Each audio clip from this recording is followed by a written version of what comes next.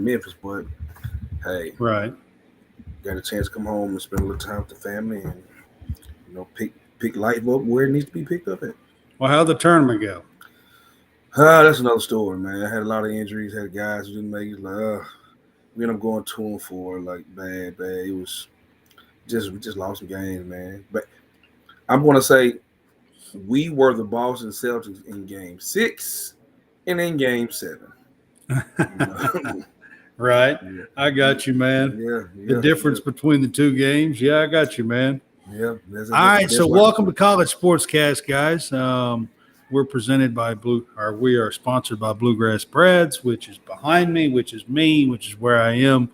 And we've got some Angus beef burgers and ice cream and snow cones. And so check us out. You can Google Bluegrass Breads on use Google and do that. And I'm on Facebook as well. So you can check me out there.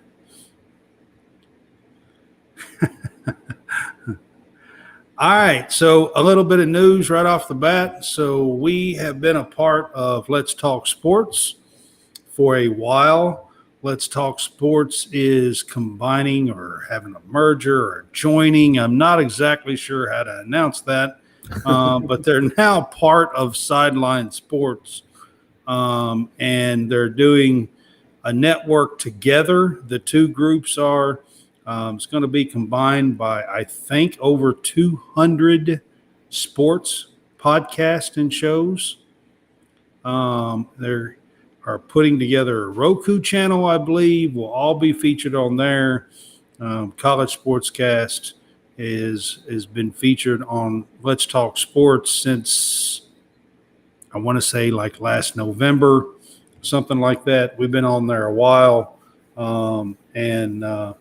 This just happened this past week, so I'm kind of announcing that tonight while we're on. I think I mentioned it at the very end of the show last week on Thursday when we were here, but I want to thank Rob Logan for joining me on Thursday.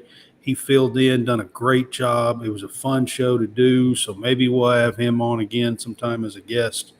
But he was great, so I want to start out tonight's show. I'm going to start out talking about our Linktree page. If I can get this to come up. There it is. All right, so there's our Linktree page. Our Linktree page is where you can find all our platforms and everything that we do, and there is a ton of stuff for you guys to check out, man. I mean, we've got Instagram, we got Facebook, we got YouTube, we got TikTok, we have Tumblr, we have, don't forget, our True Victory, where you can use the code TheFanboys and buy some cool sports gear, is on there. We have a Twitch account. You can find us on Apple, Spotify, and iHeartRadio on audio. There is a ton for you to check out. All you got to do is scan that code to the right of the screen. It'll take you right to our Linktree page. And I wanted to put that out there, trying to advertise our Linktree page. By the way, if you go to our page, please sign up for our email list. Any new updates or news or anything, we would love to have your email and to be able to send you updates on all of our stuff. I am working on something for all of our fans, so I'm hoping to have an update on something new and exciting to be a part of as our fans, and that'll definitely be on our Linktree page. So I'm going to start the show out with that, put that up there, and then while we're talking, we'll go to our Veteran True Victory page, and I'll get that up, and then we'll start the show. This is Memorial Day weekend was just here. This is veteran owned. It's a sportswear company. So please support them, support us. Go there and shop. You can pick up men's, women's accessories. There is some really, really great and cool sportswear gear in this. They have a great message about building champions despite ups and downs and everything else. So check them out. They were started by veterans and first responders. So you can scan that code to the right of the screen. I'm going to leave this up for a while. Use our code DeFanboys for a 15% discount. And I'll leave that up on the screen for a while so you guys can check that out while we're talking. So I'm going to start the show out. Yesterday, the college baseball field of 64 was set yesterday. 2 days ago now, the top 16 teams were selected as host sites, and 8 of those 16 teams are SEC teams, and 4 are ACC. So 12 of the 16 teams are either SEC or ACC. Are you surprised? You sound a little surprised. It's not really. I'm not surprised, but Yeah. it's a big number, I mean, when you see it, you're like, wow. I mean, the SEC possibly could have had 10, but 8 out of 16, 50% of the regional sites host teams are SEC teams. There are 4 ACC teams in there as well. I'll kind of go through. So the top overall seed is Wake Forest. And then these are out of order. I don't have them in order, but number 1 seeds in there for their host site. The top 16, Alabama. I got the top 16. Do you have the order? Yeah, I got the order. You got 1, which is Wake Forest. Yeah. You got 2, which is Florida. Yeah. You got Arkansas at 3. You got Clemson at 4. LSU. My guy John will be happy to hear that. LSU is at 5. Yeah. Is at 5. Vanderbilt is at 6. Virginia is 7. Stanford is at 8. Coming back up, we have just lost it at 8. You got Miami at 9. You got Coastal Carolina coming in at 10. Yeah. Then you have Oklahoma State at 11. You have Kentucky at 12. Exactly. You have Auburn at 13. 13. And yeah. you have Indiana State at 14. Yes. And South Carolina, the last SEC school. No, I'm sorry, not the last SEC school. Next to last, South Carolina at 15. And coming up the rear is Alabama at 16. So that's your top 16 teams. Those are your host sites for the field of 64. Each host site gets 3 teams added to their region. And so Wake Forest has George Mason, Northeastern, and Maryland added to their region. Alabama has Nichols, Troy, and Boston College to their region. Miami has Maine, Louisiana, and Texas to their region. And Stanford has San Jose State, Cal State Fullerton, and Texas A&M in their set. For the field of 64, and that's one side, one bracket.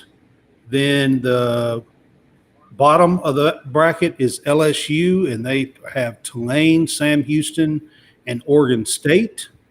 And then Kentucky as a host site, they have Ball State, Indiana, and West Virginia. Then you have Auburn, and they have Penn, Samford, and Southern Miss. And then you have Clemson, who has Lipscomb, Charlotte, and Tennessee, who got a 2 seed in this and did not get a host site. So Tennessee was ranked number 2 in the country preseason. Just so you guys know. So they did not even get a host site. They're going to Clemson. And by the way, if Jay is on with us or watches this show, Clemson's been one of the hottest baseball teams in the country as of late. And they are a top 4. See, they're number 4, I think. Clemson is. So on the other side of the bracket, you have Florida, and they get Florida A&M, Texas Tech, and UConn. Below them is South Carolina. They get Central Connecticut State, North Carolina State, and Campbell.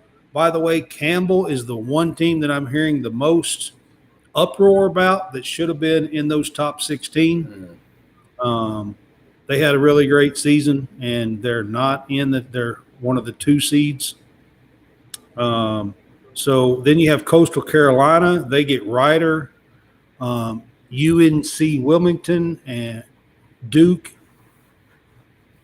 And then you have Virginia gets Army West Point, Oklahoma, and East Carolina. East Carolina is a pretty good team in there as well. Vanderbilt gets Eastern Illinois, Xavier, and Oregon. Can't count out Oregon. Oklahoma State gets Oral Roberts, Washington, and DBU. Indiana State gets Wright State, North Carolina, and Iowa. And Arkansas gets Santa Clara, Arizona, and TCU. And that is your field of 64 for the baseball. It starts on Friday, June the 2nd. This opening weekend runs from June the 2nd to June 5th.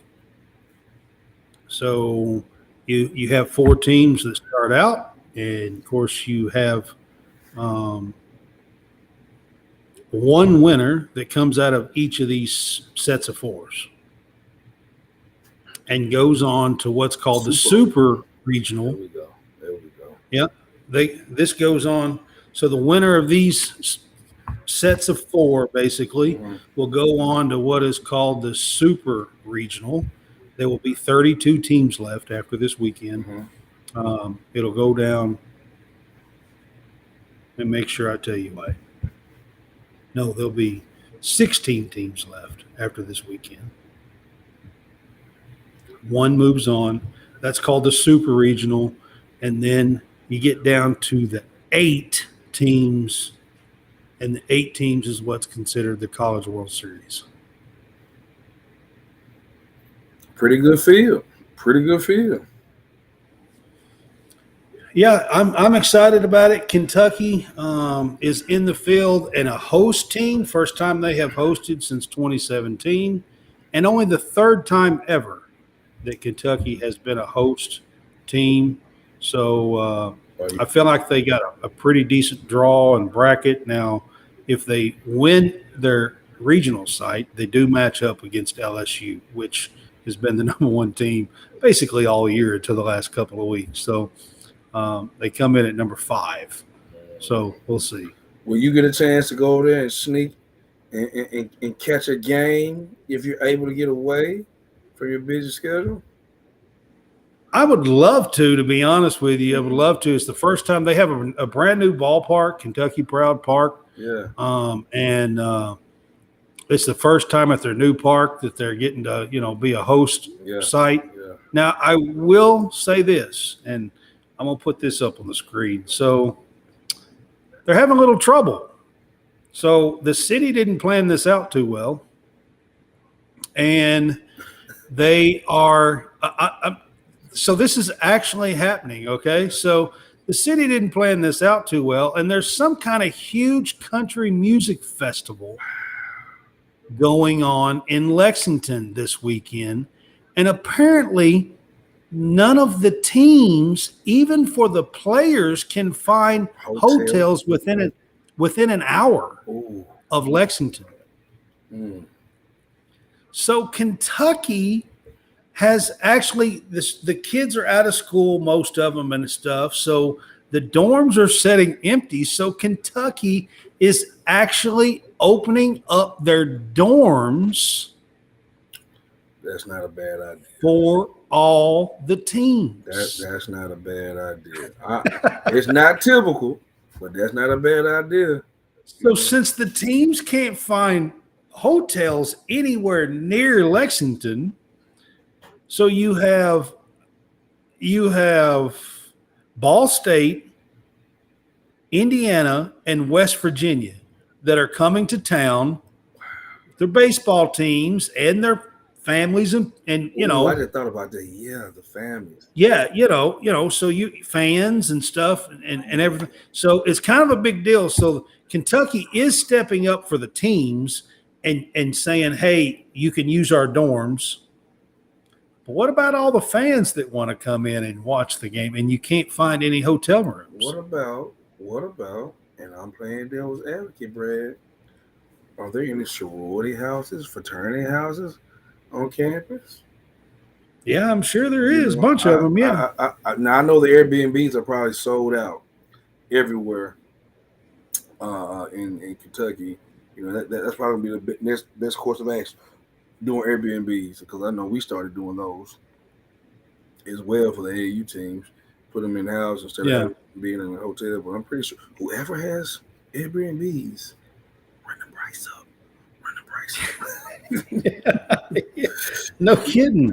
Like, Somebody's going to pay it.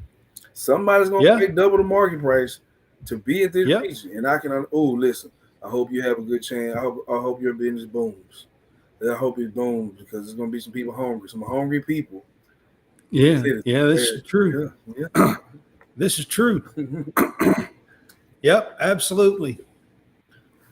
All right. So I hope we made John Roberts proud. We at least talked about baseball. And on top of this, I want to throw this in before we move on to something else. Auburn made a hell of a push at the end of the season. After halfway through, they play 30 games in the SEC.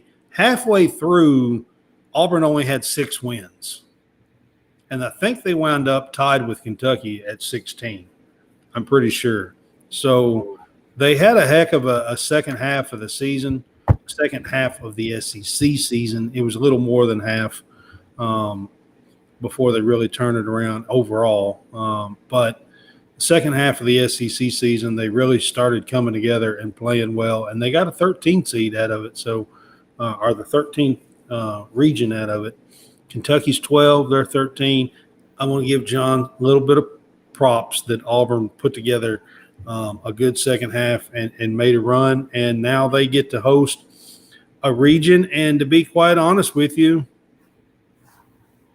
I think they can come out of that region side. I mean, they got Penn, Samford, and Southern Miss. If he was on the show, he would be talking about the Alabamas. Auburn is there. Samford is there. Yeah. Even Tuscaloosa. We have 3 teams from the state of Alabama in the field of 64. Yeah. It's going to be rocking. It's going to be rocking. Yep. Excuse me. It's going to be fun. I look forward to it this weekend. I'm definitely going to be paying attention to Kentucky's region. I'm hoping they will come out of there and have a chance against LSU because I feel like LSU is probably going to win there. So, excuse me. All right.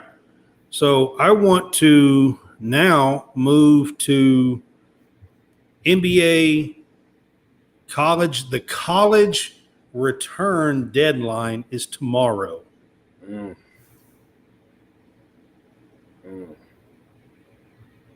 All right. Big decisions. So big decisions.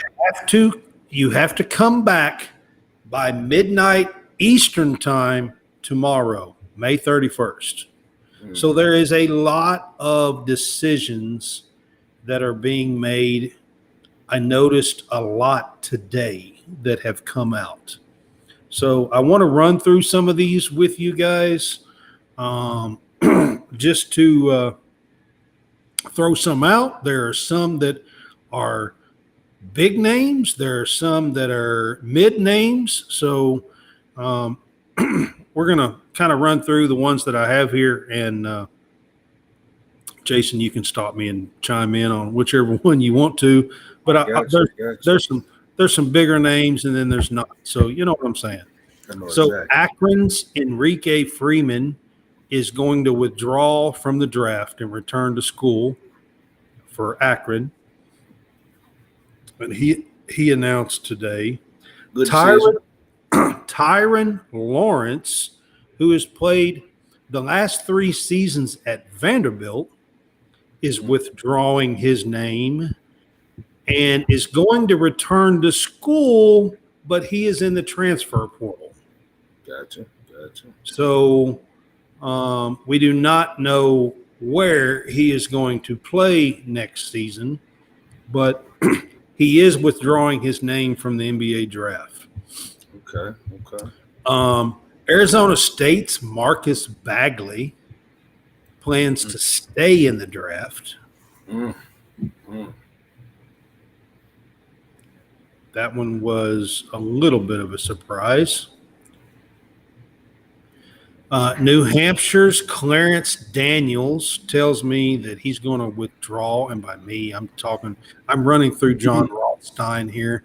So is Mm. who I'm running through. He made a whole list today Okay. of tweets. So if you want to run through John Rothstein, Stein, I'm not sure how he pronounces it, but he is a big college basketball dude. So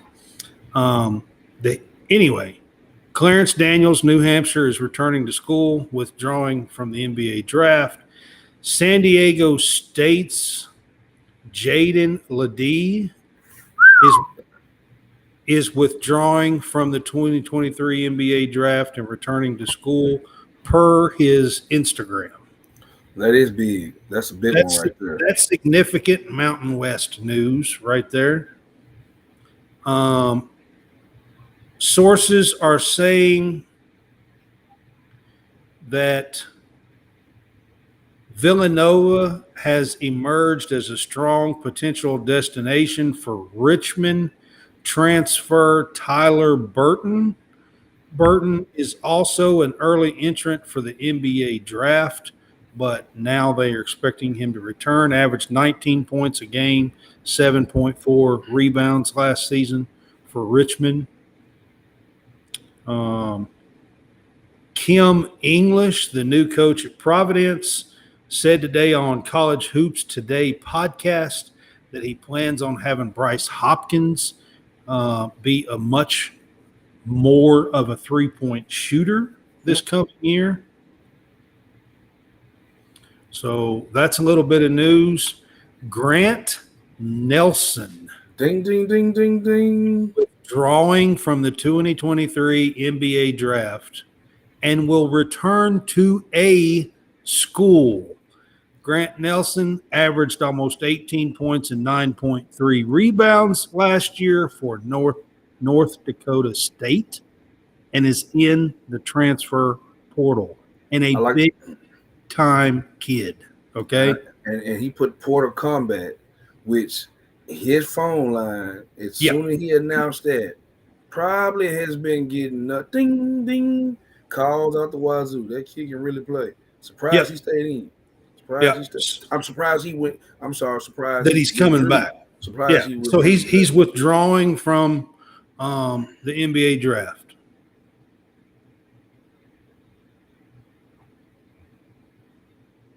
Man. All right. So this next one is not an NBA draft decision, but I was kind of going to try to get to this in a little bit later, but I'll go ahead while I'm running through it. Mm-hmm. Tommy Lloyd, the Arizona coach, is making a lot of noise today. He's already landed Jaden Bradley from Alabama, the guard, the transfer, and he landed Keshad Johnson from San Diego State. Today, Caleb Love from North Carolina announces his transfer to Arizona to play with those two players transfers for Tommy Lloyd at Arizona. So look for Arizona to be a really, really strong team next year. That'll be pretty good. Caleb Love is from North Carolina. He was a guard on that team, transferred to Michigan, backed out of that commitment. because I hear it had to do with credit transfer issues, is what I hear it had to do with. I'm not real sure, but That's what I that's heard as well. That's what I heard. I heard some of that's his. what I heard, that it had to do with credit transfer issues, that he wasn't going to be considered a, whatever grade he's a senior or whatever, whatever. He's been there a few years at North Carolina, 2 at least, maybe 3. I can't remember. But anyway, that's a big time news. So Arizona's potential starting 5 is Jaden Bradley, Caleb Love, Paley Larson, Keyshawn Johnson, and Balo as the big guy. I I'm got telling you, look out for Arizona next year in college basketball world. Here's another big name. Alabama's Mark Sears has withdrawn from the 2023 NBA draft and will return to Alabama. Per his Twitter page, Pitt's Blake Henson has withdrawn from the draft and returned to school. That's pretty, it says significant ACC news for Pitt there. LSU Will Baker will withdraw from the draft and return to school. He is a transfer from Nevada.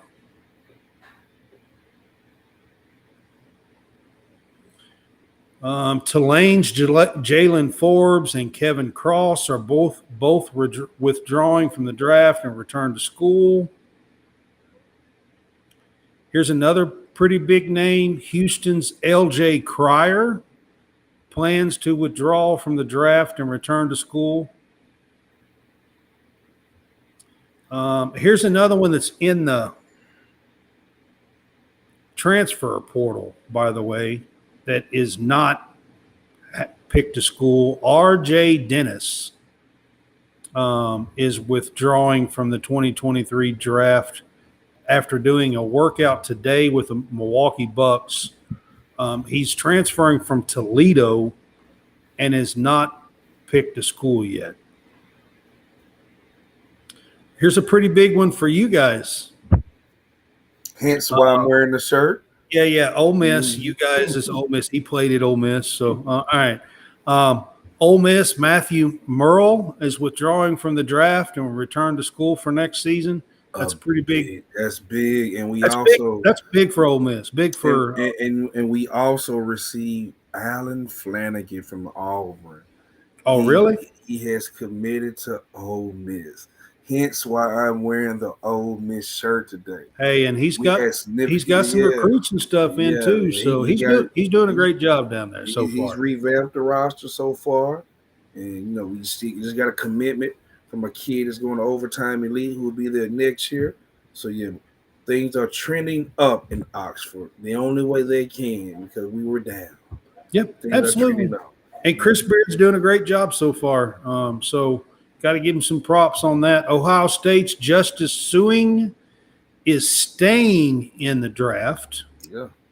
By the way, per his agent Scott Nichols. Shout out to Kevin Cross too. Kevin Cross, the kid who ended up going back to Tulane. He's a Little Rock kid.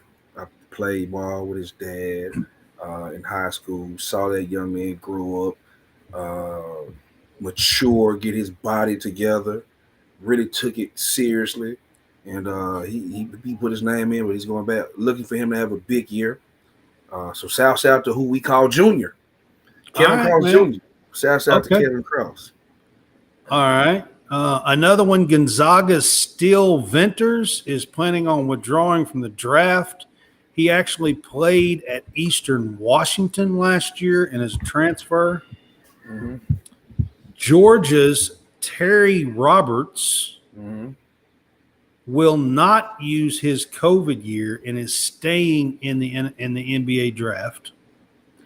I don't know if you guys remember Terry Roberts, but he tore Kentucky up a couple of times, even though Kentucky won games. But, man, that kid can play. I just want to say,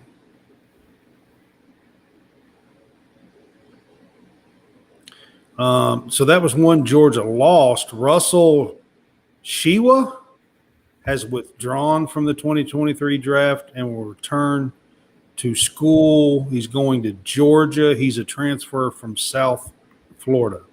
Shouts out to Michael White, my former teammate at Ole Miss, head coach. Way to get him back. Way to get him back. All right. So running through this. Oh, yeah. I do want to say the last one is Auburn's Johnny Broome announced that he is coming back and withdrawing from the draft. So that's a pretty big name in the SEC. So that's a big time get to get him back for the 2023-2024 season for next season. Yeah.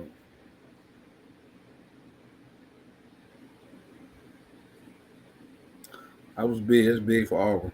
It's big for Auburn. Yeah, absolutely.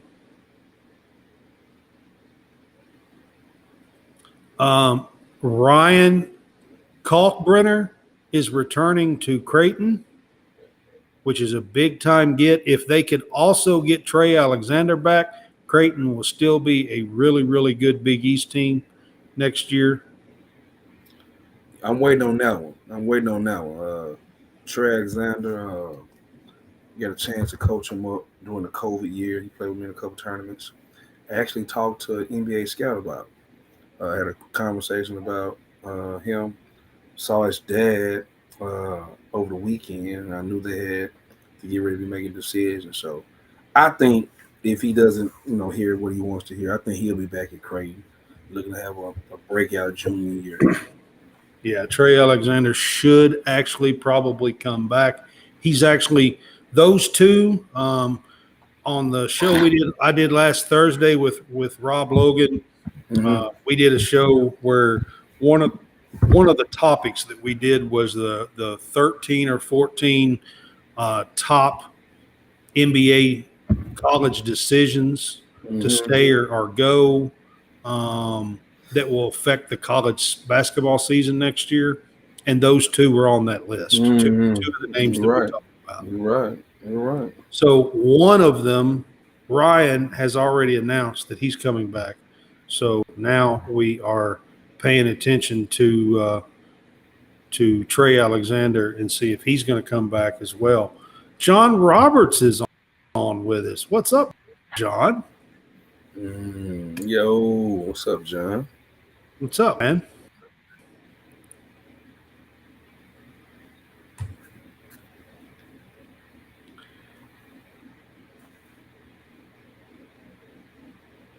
Yeah, so I went ahead while we were kind of running through that and talked about Caleb Love going to Arizona. That is a huge, huge get for them. Like I said, look for Arizona to be, again, top-notch in the Pac-12 out there next year. They usually are, but Tommy Lloyd is probably not getting as much credit as he deserves. He's doing a fantastic job out there. He's now lined up 3 of the top transfers. Caleb Love is considered the number 1 overall transfer. Now, I don't make the list, and I don't make the rules, and I don't know, it's bigger than Hunter Dickinson or whatever. I'm not saying that he is or not, but you're talking about 3 kids who are top of the list. I'm not saying they're all 3 at the top, but top 10, 15 transfers on the list are going to Arizona. When you got Jaden Bradley, Keyshawn Johnson, and now Caleb Love going to Arizona. Yeah, significant gets out the portal for Arizona, man. Like I look for them to be, right in the mix again. Right in the mix again, man. He always keeps a good team. And that's great guard play that he just picked up. Very experienced. You cannot recruit any high school kids that will come in. They give you the experience like what they're getting there with them 3 kids. Yes. Yeah. And I want to say, so Mark Sears coming back to Alabama, you put him with the kid that transferred from Texas, the guard, not from Texas, from Houston. I said Okay. Texas. You were talking about, yeah, the kid, Uh, Ontario. Ontario is going to Kansas. no, the kid, he was a come off the bench for Houston, played behind. He was about the third guard, played behind. I can't think of what his darn I name can't think of is. his name.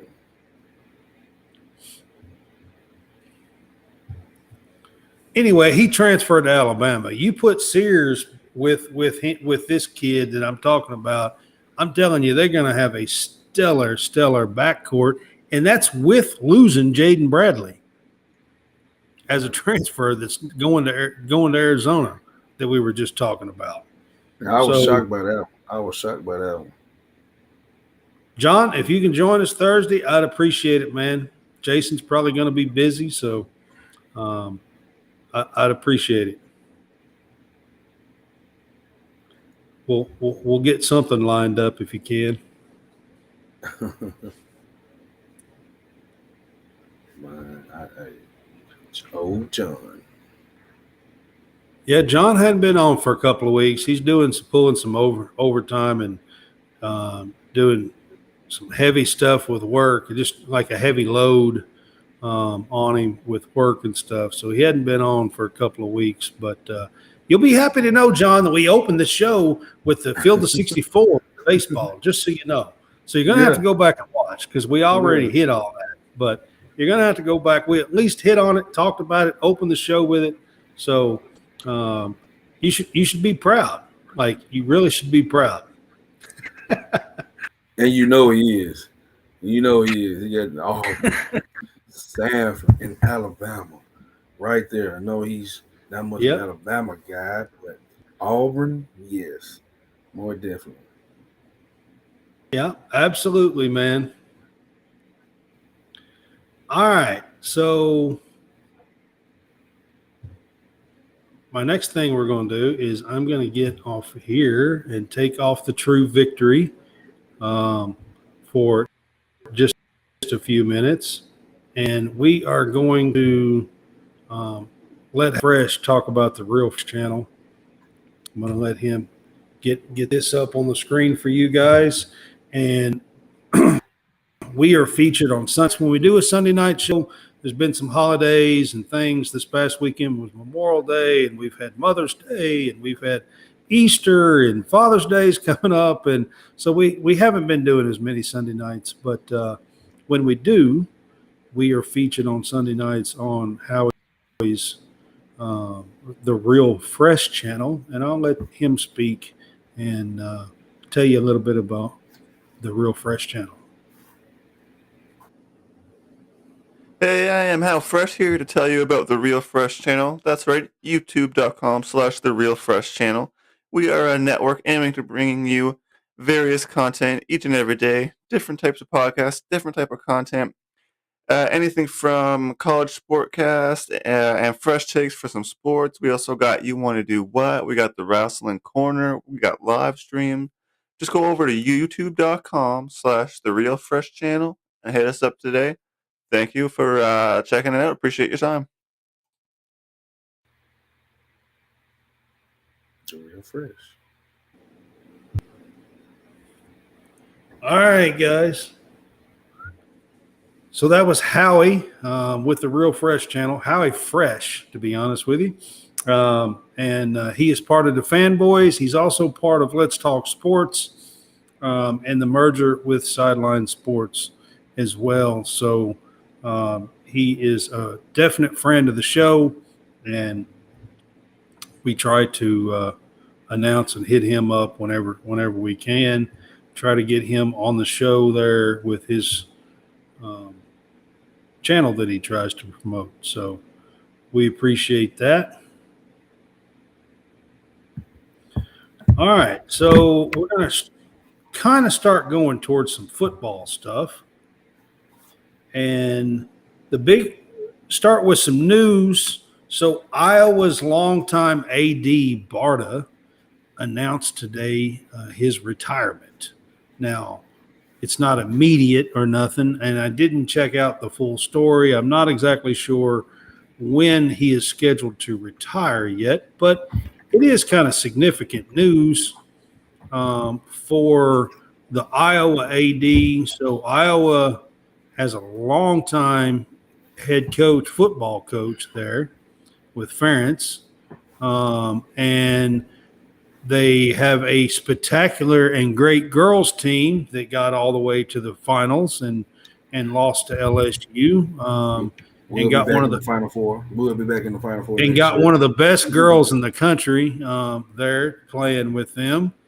And then you've got the boys men's basketball team that is usually a pretty good team in Iowa. So you know their AD announcing his retirement is a pretty big deal, and I thought we would at least talk about that on the show, um, and see what you think about it, Jason. I know that um, that kind of stuff can affect a university or a team. Iowa's a little different. They're close knit. I mean, I don't know. They'll probably have somebody that's been behind him for a long time to fill in, and they probably won't miss a beat. What do you think? I think that's the consensus. All parties, especially everybody in the academic world, they would want someone who knows the community and who has been a part of that community. Because if you bring in someone who's actually not from there, each AD who comes into a new situation, they want to get their guys. They're going to look at who's been winning, who's been successful, and where they're losing money at, and who needs to go. And so you would hope, and I know everybody down that way is probably hoping someone, probably the assistant AD or someone like that, will be able to step up and take over the job. Someone who's knows the day-to-day operations around that campus and that community. So yeah, that is significant news when you have a long time person who's been in a position like that. But most of the time, Brad, there's always talk about his successor. And I don't know if cause I don't know the reason. Do you know the reason behind his retirement? Did it say, or he just No, I really didn't. I kind of just seen it at the very end when I was putting some of this together, and I Mhm. thought it's significant enough news to at least announce it while we were Okay, talking about the news tonight. okay. But if you want to click the story, I was kind of throwing this together the last 10 or 15 minutes, Jason. Don't But, worry. I'm gonna find out. Hey, I'm gonna look at because it's right there. I'm sure it's in the top like paragraph of the story. I'm sure if I'm trying to find it. But yeah, man, that's very significant, man, for an AD to retire. Especially for Iowa. I mean, they're a very close knit family, and he's a long term AD. Been there a long time. I, I'm pretty sure that Ferentz is the longest tenured head coach in college football. I'm pretty sure. Last year, this coming year will be 25. He was at Atlanta for 17 years, making him the second longest tenured AD in the Big Ten. Um, he played a role in the college football committee. That's what I thought. It didn't come suddenly, nor did it come without significant thought. Like he said, because I always want to be done at the right time for me and my family. Oh yeah. I'm sure there's probably somebody behind him that's been training and been there and knows the ins and outs of everything in Well. Additionally, and we're not going. I'm not going to just say that. High off the field, Barter's Tenters has featured multiple high-profile lawsuits. We say I will pay out more than 10 million in 2017. That includes settlement of 4 million for a group of African American football players who sued for discrimination. There was 6.5 payout in 2017 for the fine of the field hockey coach. A former senior director also won 1.5 million in damages and discrimination lawsuits. So then they also announced this month that it's fully cooperating with a sports wagering investigation at the school. has received about 111 individuals, although only 26 are current athletes. So it's not come as much of a surprise within the college athletic industry, because in September 2022, the school hired Bev Cortez, who was the sitting as a director at Ball State. So yeah, director they hired. Yep. So when he was so that I think they already have somebody in place. Yeah, they probably already have somebody in place. So it's probably what, like I said, but reading that article, what I got from it that some things that transpired, and it's not a surprise, but I think he just before things hit the fan, and I hope they don't. Right. If something hits the fan, he probably just wants to get out the way, and so Yeah. that a new regime can come in and keep things going. That's fair. I just saw Very. it as I was putting together a few things here, and thought we'd put it on the show. Now, I do know a little bit about this. I actually wrote a Stadium Rant article on this week. Check it out. I think it was posted on Thursday, and about the spring SEC spring meetings. They're actually coming up this week. As of yesterday, Greg Sankey even come out and said that he is in hopes to get a college football schedule resolution for the SEC set for 2024 and beyond. My article is actually entitled, Will the SEC Keep an 8-Game Schedule? So check it out. I'm not going to give everything away because I want you to go there and click and read my article. Again, it's on Stadium Rant. But I will say this. So there seems to be – let me put it this way. Pretty much the last year, it's pretty much been a foregone conclusion that the SEC was going to go to a 9-game schedule when Oklahoma and Texas joins in 2024. There has been 2 schedule formats that have been talked about. One is an 8-game schedule, one is a 9. But almost everybody has been under the thought that it would go to a 9-game schedule. However, right before all these meetings are coming in to take place in Miramar, Florida, this coming week. So there is significant rumors, I guess you could say, that there are several teams who are against the 9-game schedule and that the 9-game schedule is losing steam. And that they may actually keep an 8-game schedule. They are in hopes to have a vote on this week. They're there for 2 or 3 days, and I think they may even vote on this twice if they need to. But they are in hopes to get this ironed out. Texas and Oklahoma join July 1st. In 2024, that is a year and a month away. And the SEC usually puts out the next season's schedule by October. And as of right now, they don't even know if they're going to have – they can't put out a schedule because there's been no resolution on what the schedule is actually going to look like. Well, that's something else right there. So it is pretty significant news that the SEC needs to work this out. They got to work it out. They got to work it out, man. Like I said, I don't want – so there is at least 6 teams that support a 9-game schedule. There is at least 5 teams that support an 8-game schedule.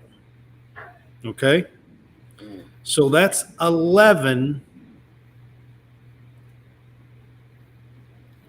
of the 14. And the vote has to at least be a majority. So you have to get 8 out of the 14. Man. Texas and Oklahoma do not get to vote because they are not official members until July 1st, 2024. So they do not get to vote. So there's 14 teams that are voting. Now, from what I hear,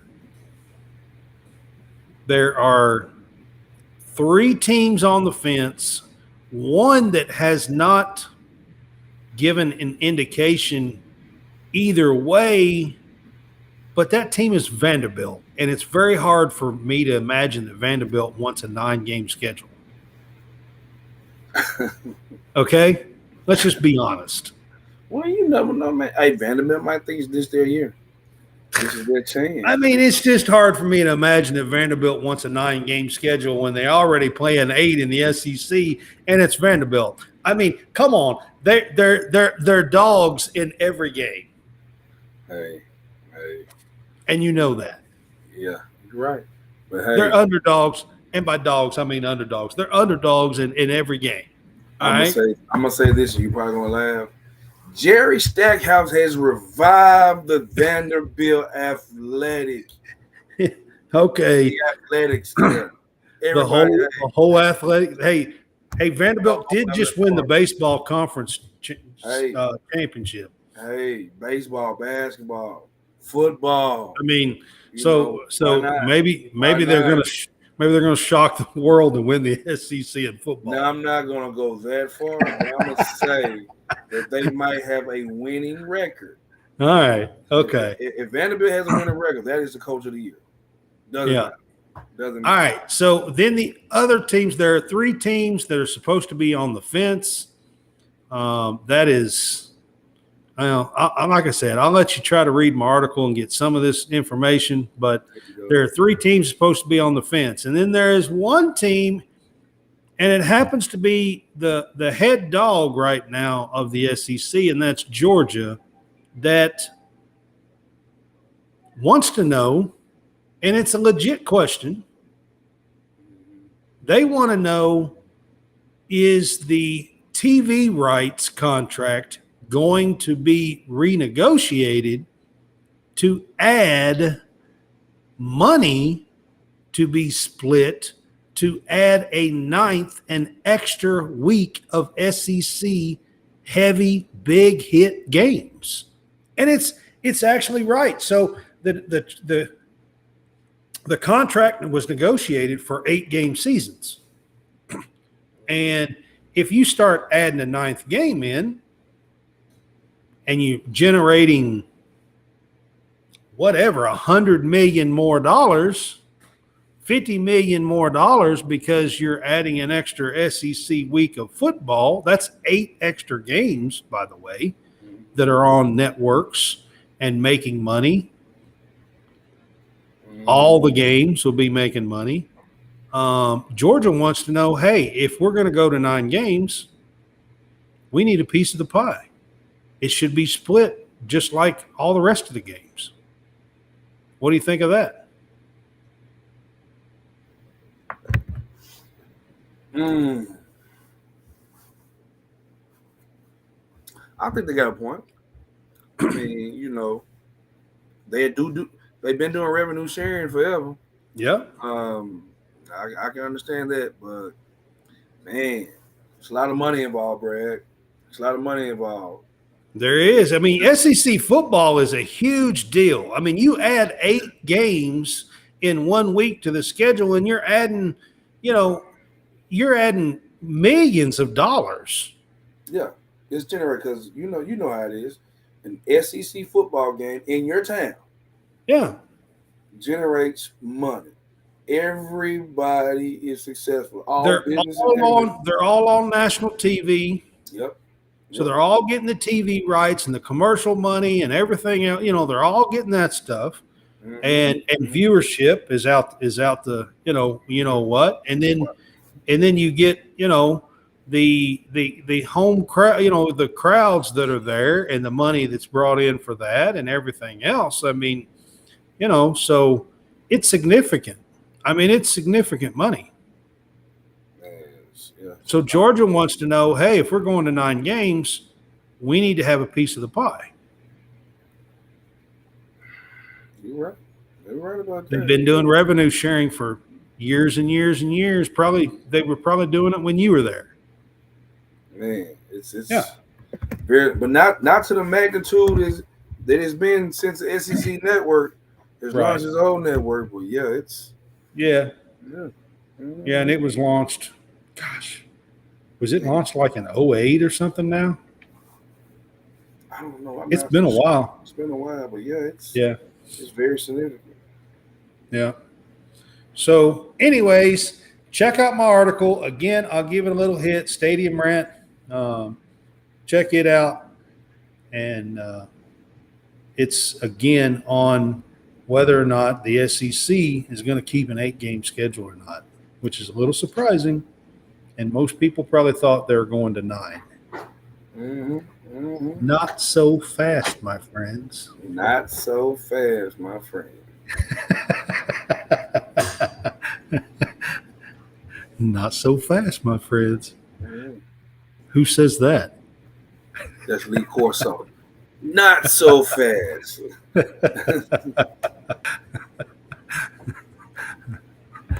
Exactly. See, college football. I had to throw that in there. Not so fast. Hey, not so fast. All right. Just to have a little fun with y'all. Got to. Had to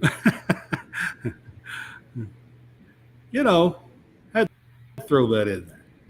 All right. So I'm going to put up our official merchandise page. And I haven't put that up yet tonight. So I'm going to get that up on the screen while we kind of finish up some of this stuff here tonight.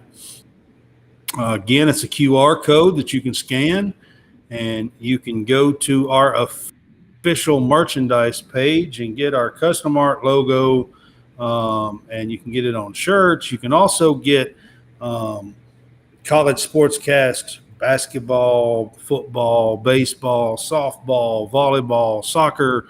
We have a shirt for just about every league, and you can check it out. We also have a couple of coffee mugs there. Again, use the QR code. While you're watching with us, guys, use our code WATCHCSCAST for a 15% discount. And we would appreciate you guys jumping on board and checking us out there on our official merch page.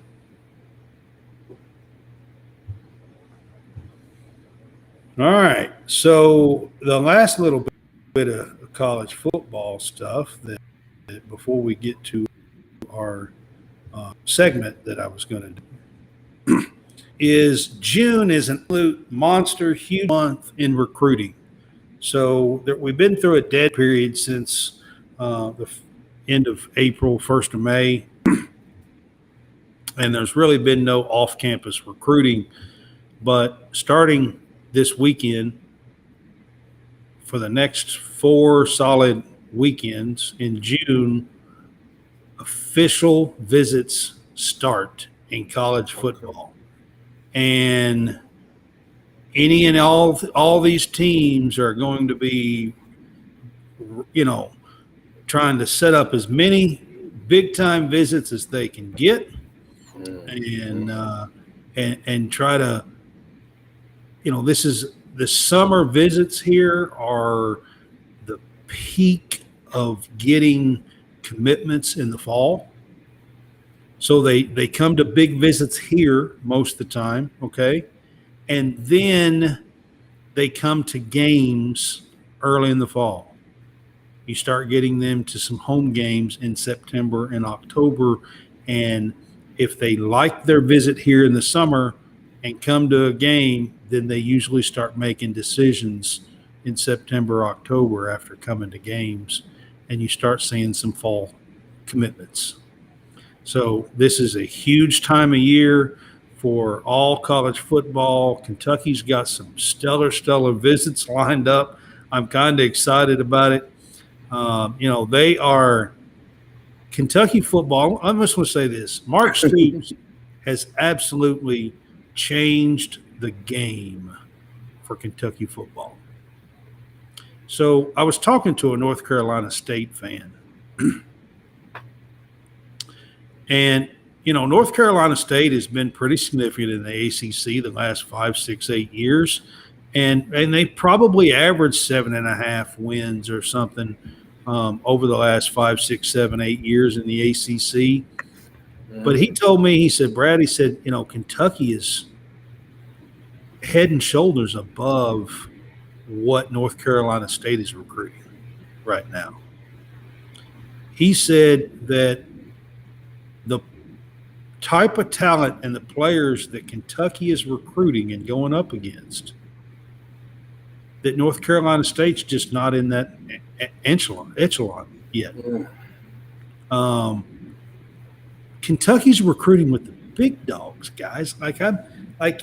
I'm telling you, they're recruiting with the Alabamas and the Clemson against the Michigans so they've got a kid from Alabama, all right, that's an offensive lineman that is like 6'7" and is like 330 and is a massive human being that is extremely gifted and talented kid from Alabama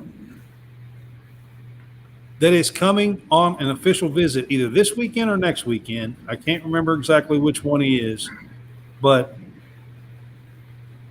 again, they are competing with the big dogs and getting visits.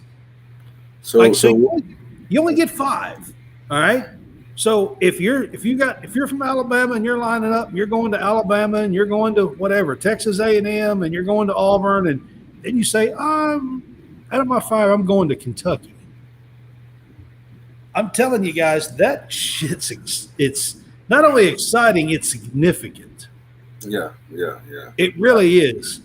So basically, what are you saying? That you've never seen the level of recruiting for Kentucky football that Stoops has been able to start up and really ignite. Not really, man. I've been following. I'll tell my age. I'm 48, and I've been following Kentucky football since the very early 80s. 82, 83. Pretty heavy most of my life, and we've had some stints where hey, we get a Kentucky 5-star kid here. We got Dennis Johnson. We got Tim Couch. We got Jared Lorenzen. You know what I mean? But they were all Kentucky kids. You know what I mean? Exactly. Like they were all Kentucky kids. And they were 5-star kids and stuff like that. Don't get me wrong. But the level, so we're also going head-to-head against Michigan. We're going head-to-head against Clemson. We're going head-to-head with Ohio State. We're going head-to-head with Alabama and getting official visits. Yeah. I just wanted to bring it up. It's absolutely significant, and I'm excited to see what happens. We got a top 3, depending on which recruiting service that you pay attention to. But he's either 2, 3, or 6, okay, in the country as a QB that has committed and is coming to Kentucky. And every school in the country was after him. Now, I will say this. He is another Kentucky kid, okay? So that one, a commitment, is not as big as some of these kids that are coming on visits this time.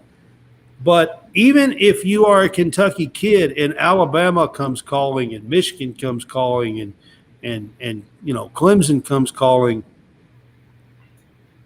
a lot of times those kids wind up going to those bigger schools anymore. Well, the crazy thing is now, Brad, with with the significance of the SEC, it really, and I had to say that unless you're Vanderbilt, it really doesn't matter where you're going. You probably want to go where you're going to play right away. You want to get on the You do. field, and And you want to Kentucky get and your three Kentucky can years. do that. You want to get your 3 years. Yep. Most I mean, you look at football Deion Walker, who come in last year, humongous, massive human being, 6'6", 350 pounds, defensive lineman that might have had the best pure freshman season that Kentucky's ever had. Okay, I'm not talking about a redshirt freshman. I'm talking about like he came in as a pure freshman and played significant. Started 11 games out of 13. Is going to be a star, absolute star. You got Dane Key, you got Barry and Brown that come in last year, 4-star wide receivers. Guess what they did? They didn't redshirt. They had 50 plus catches as a true freshman. So you're right on that. Yeah, that these kids can come in. If you've got talent, yeah, you can come in and play immediately. You ain't sitting on the bench for 2 years like you are at Alabama. Yeah, or red shirting and then just playing 2 years. You want to get now. Sometimes a significant red shirt can help because it counts as that year or whatnot. So yeah. Yep. I just wanted to bring it up. So, anyways, we'll move on to our last subtopic of the night. So I had found an article this week that lists. Actually, this article lists the top 100 players for college football. But for the significance of the show, I didn't want to sit here, for the entirety of the show and go through a top 100 list. I thought it would kind of be a little much to go through a top 100 list. Yeah. But top 20, I thought we could make that a little interesting and talk about the top 20. We can do that. That's something we definitely can do. Yeah, that's listed here for college football for 2023. This is for the upcoming season. This is an On3 article, and the article come out May 20th. So it is 10 days old. Mm-hmm. And like I said, this is an On3 article. I'm trying to see if I can. Nick Schultz is the author of this article. All right. So the top 20 kids listed are players listed for college football. I'm going to start at number 20. Number 20 is a edge from Washington, Braylon Trice. Edge rusher from Washington is listed at number 20 for the 2023 season. Want to get that out there. We'll run through the top, these 16 through 20 here, and then we'll do a little talk about them. So number 19 is an edge as well, rusher from UCLA, Lado is his last name. Leatu Lado, I think is how you pronounce his name. But he's an edge rusher, UCLA. So number 19 and number 20 are both edge rushers from the Pac-12, by the way. Wow. Number 18 is Dwayne Carter from Duke. Number 17 is Jerzon Newton from Illinois. Number 16 is Abdul Carter, linebacker from Penn State. And Penn State has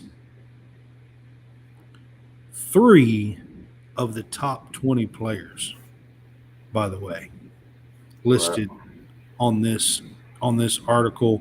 I have heard by several people talking about Penn State that they expect Penn State to challenge, at least give a challenge to Michigan and Ohio State as this year. They think that Penn State is going to be that good. So we've got defensive players basically listed 16 through 20. 2 from Big Ten, 1 from the ACC, and 2 from the Pac-12. Then the top 15 gets a little interesting. Why would you say that? Because these are some big-time players. Now, the top 15 gets a little interesting, if you ask me. You're going to know number 15. Uh-oh. Quinshawn Judkins. You know him? No, the name sounds familiar. Junkin. He's running back from Ole Miss.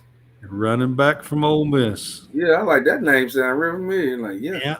Number 15 in all of college football. He was a true freshman last year, I'm pretty sure, by the way. He was. So he's listed as the number 15 player after his true freshman season in all of college football. So that's pretty significant. He is listed as the second best running back in all of college football. I know he hates that he's just a sophomore. See, I feel like if you have 2 great years in college football, you should be in the league. You know, I think, he's got 2 years to stick it out. So hopefully he doesn't get hurt. I know he's taking out an insurance policy, I would imagine. Insurance policy.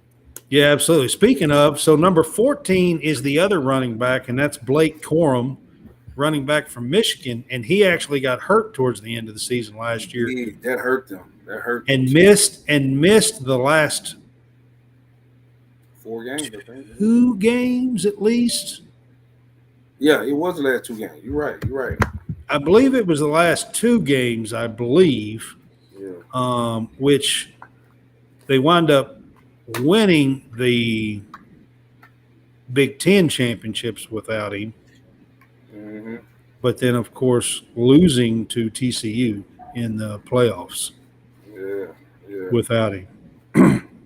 So hopefully he'll be back and he'll be healthy this year. But Blake Corum he was the best running back in the game last year. He is coming back. I really think as far as yards and numbers and all that kind of stuff, he was the leader. Now, I know that there was a couple of them drafted that, people probably are going to say was a little bit better NFL prospect. Okay. But I'm just talking about as a college football player is what I'm talking about. No doubt. All right, number 13. Oh, John Roberts is going to think this one's interesting. Number 13 is Bo Nix. Whoa, Bo Nix. Quarterback for Oregon. Yes, transfer from Auburn. He's played 1 season in Oregon and is back for, I'm pretty sure this has got to be his COVID year. His 5th year? Or was this? Yeah. I'm going to say his 6th year. Probably his 5th year. Yeah. I mean, it's got to be his final COVID year, I would think. Gotcha. Would be my guess. But Bo Nix is listed as the 13th best player in college football next year. Hey. Wow. Number 12 is Graham Barton, an offensive tackle from Duke. So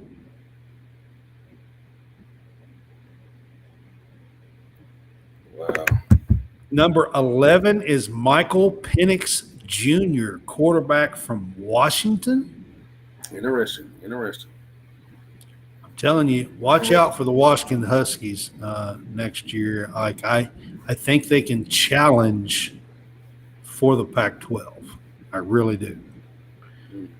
Michael Penix Jr. is a transfer. This will be his second year out there. He actually led the Pac-12, and I'm saying this loudly because there was a couple of guys on our show that was making fun of Michael Penix Jr., and we were talking about him being the top quarterback in the Pac-12 one night, and everybody was like, oh, it's Caleb Williams and blah, blah, blah, and they were having a shit fit because I said – and he actually led the Pac-12 in yards last year, by the way. Yeah. Michael Penix Jr. transfer from Indiana in his second year out at Washington. Yeah.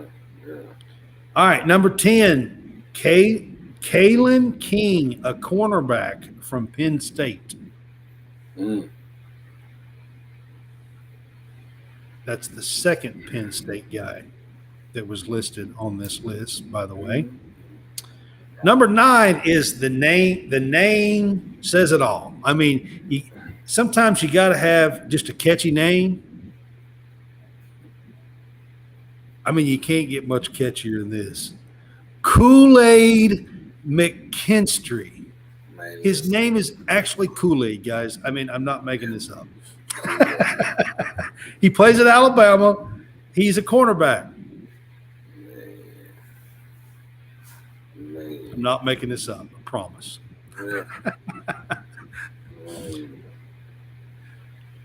I mean, can't you just see the Kool-Aid guy coming? Kool-Aid. Yeah, Kool-Aid. Yes. Hell of a name. I'm old. Y'all probably don't even remember the Kool-Aid guy. Yeah. All right. Number 8 is Joe Alt, offensive tackle from Notre Dame. Listed as number 8. Number 7, I'm sorry, is a Penn State offensive tackle. Fashanu. Whoa. Is his last name O-L-U? First name. I'm not exactly sure how you pronounce that. Olu. Number 6 is Harold Perkins, linebacker from LSU. Okay. All right. Then you get number 5. Number 5 is Jared Verse, defensive edge from Florida State.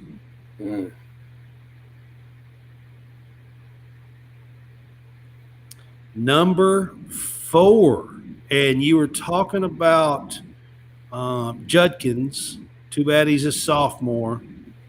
This is a guy that was in that same situation. And this is his 3rd year coming up. He's ready.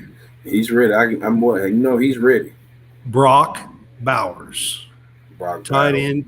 Brock Bowers, tight end from Georgia, is listed number 4, guys. I know that name. That name. Yeah, and I'm going to be honest with you. He's one of those guys, came in as a true freshman, had a stellar freshman season. They won 2 titles now. Of course, Georgia has back-to-back. But so I'm telling you right now, Brock Bowers is one of them guys you were talking about. You know, if you have 2 significant years, you ought to be able to go. He's had to stay healthy. And then, and he's got 1 more year to go through, and he will definitely be playing on Sundays. Number 3 is another guy that's in that situation, and his name is Marvin Harrison Jr. At number 3? Yeah. They have him listed as number 3. He got to be top 2. I know Caleb Williams is probably number 1 and something, but Marvin Harrison Jr. is listed at number 3. And I'm going to be honest with you guys. I know everybody's going to say that Caleb Williams is the shoe-in at number 1 next year. I know he's a wide receiver, and I know that's not a position that is normally picked number one. Okay, Keyshawn I get it. Johnson. I hadn't seen it since Keyshawn Johnson.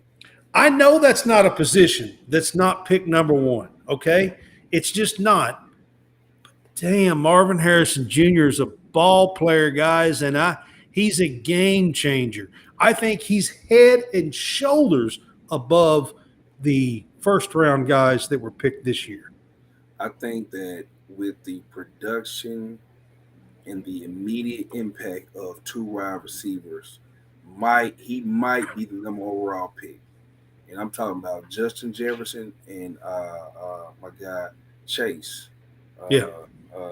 Man, what's my guy? What's his name? Justin? Is it Justin? No, the wide receiver from Chase is his last name. From Cincinnati Bengals. I just went blank, but yeah, with those, and he went 5. So imagine rethinking that draft. You know, he could have easily. I'm telling you, and I'm not a draft expert and all that kind of stuff, but Marvin Harrison Jr., they got him listed at 3. I'm saying he's higher than that. The top 2 are quarterbacks. Surprise, surprise. Number 2 is Drake May, quarterback from North Carolina. And number 1 is not a big surprise. It's Caleb Williams, quarterback from USC. He's the Heisman Trophy winner last year. But I'm going to go ahead and say number 3 and number 4 could be the top 2 picks in the NFL draft. I think they could be the top 2 players coming out of that draft. Well, and I'm gonna say this: if the quarterbacks this year are not very significant and they don't make leaps and bounds, I can see, because like you said, 3 of them went in the first 3 picks. I could see the shift to, well, you know what? Let me get someone that my quarterback that I have now can actually throw to, that could be a game changer. And the tight end position and wide receiver position is a very important position. I mean, y'all remember when Randy Moss came in the league? The only reason why Randy Moss was not the number 1 draft pick, because he had as many red flags as on a golf course. That was the only reason. That was the only reason. That's so true. That was the only reason. Straight cash, homie. You talking about a young man who committed to what, Notre Dame, and went to hit. I mean, could have went anywhere. Went home and went to Marshall. I know. And it was a finalist for the Heisman. Yep. You see what I'm saying? So yeah, man. I'm just saying, look at the impact that Randy had in his first year. Yeah, exactly. That's what I was saying. I see John Robinson. Yeah. Hey, like you said, Bo Nix. That's the joke that he said on Bo Nix. Yeah. They've been saying it every year. This might be the 6th year now that they're saying this. This is the same year. Thing. Yeah. Yeah. Number 13, John. He's listed number 13 on this list. That's all I'm saying. Man. Mr. Bo Nix himself. Man. I'm gonna call him Mr. Eligibility. But I am seriously on this list going to say I think number 3 and number 4 could very easily be the top 2 players that come out of this draft next year. Especially offensive players. If you're talking about impact offensive players, it might be offensive lineman, because the run on quarterback, he said Kool-Aid was a commit to AU, was probably a solid commit to Bama. Yeah, man. it might be an offensive tackle. You remember the years in which an offensive tackle? Y'all have no idea how bad I want to do the Kool-Aid. You have no idea. Gonna break through a wall. You gonna break through a wall? Yeah, I want to so bad. Yeah. If I had that name, I'd be doing that everywhere I go.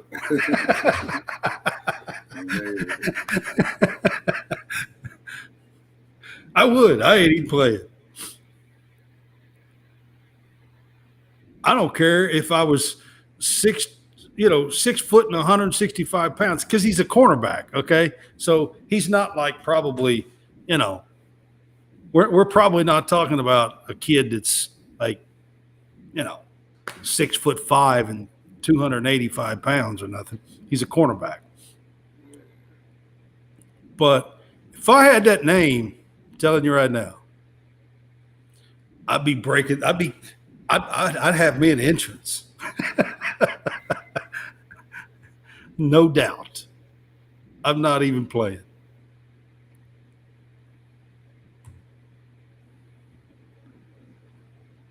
And if you don't know the Kool-Aid entrance, go look it up.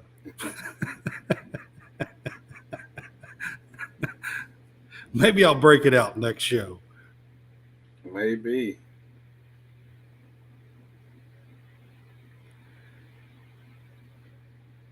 All right, guys. So I appreciate everybody being on with us. We are College Sportscast. We are on WSBN TV. Check us out there. You can find us by downloading the BoxCast app. And once you download the app, you can find us on Apple TV, Roku. You can find us on Fire TV as well. So I want you guys to check us out there. We do our shows on Tuesday and Thursday nights, 8 p.m. Central, and Sundays at 3. When we get back on doing some Sundays, it is kind of the off season. So we haven't been doing as many Sundays lately. I have been trying to keep up with Tuesdays and Thursdays for our show. So we'll kind of get back to our regular schedule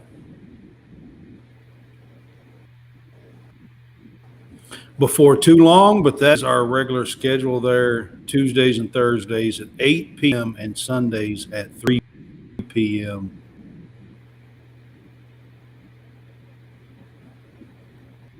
No doubt. All right, so I'm going to close the show. I appreciate you guys joining us. I'm going to close the show with our 2023 to Fanboys nonprofit organization that we're asking to give to. It's Home for Our Troops.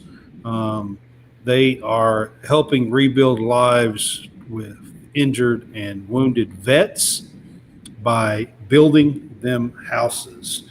It is fully funded by Home for Our Troops, and they will build them a house anywhere in the country, wherever they want to go. And you can give to them by going to www.hfotusa.org. Every dollar that you give, over 90 cents of that dollar goes towards building houses, and they've been doing this for over 20 plus years. So I appreciate you guys being on with us. We will see you. I will see you on Thursday night. Jason, I'm sure, probably has a commitment with the AAU team that he's coaching. No, I actually don't. I'm going to try to see, because it's a dead period for basketball now, but it shifts to high school. So we'll see. I'll definitely see. So June is a dead period. Dude, is a dead period for the AAU scene. It just shifts back to teen camps. This is the month for the teen. And then it goes. There's some more stuff in July, isn't there? Yeah, July is the last live period. That's what I thought. Period. Yeah. Yeah. All right, man. Well, we appreciate it. Jason, had fun as always. Appreciate you being on with me, man. No doubt. Shouts out to John Roberts too, man. Keep working. Yeah, keep man. working. All right, man. Y'all have a good night. We'll see you on Thursday.